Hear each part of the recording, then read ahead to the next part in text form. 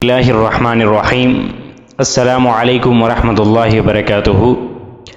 آج کی ہماری حدیث جس کا مفہوم مبارک حضرت عثمان غنی رضی اللہ عنہ راوی ہیں کہ رسول اللہ صلی اللہ علیہ وسلم نے فرمایا، جس آدمی نے عشاء کی نماز جماعت سے پڑھ لی تو گویا اس نے نصف رات کھڑے ہو کر نماز پڑھی، اور جس آدمی نے صبح کی نماز جماعت سے پڑھ لی تو گویا اس نے تمام رات کھڑے ہو کر نماز پڑھی۔ اس حدیث کی تشریح سے ہمیں معلوم کیا ہوا؟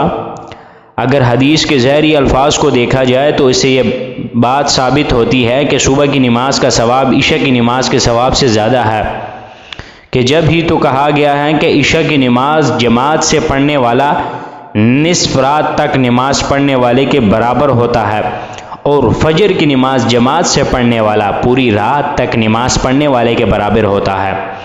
یا پھر اس کا مطلب یہ ہوگا کہ جس آدمی نے عشاء کی نماز جماعت سے پڑھی تو اسے آدھی رات تک نماز پڑھنے کا ثواب ملا، پھر فجر کی نماز بھی جماعت سے ادا کر لی تو بقیہ نصف رات تک کا ثواب مل گیا۔ اس طرح دونوں نمازوں کے پڑھنے سے پوری رات تک عبادت کرنے والے کے ثواب کا وہ حقدار ہو گیا۔ یہ تھی عشاء اور فجر کی نماز کی فضیلت۔ اللہ تبارک و تعالی سے دعا ہے کہ اللہ عز و جل ہمیں 5 وقت نماز پڑھنے کی توفیق عطا فرمائیں۔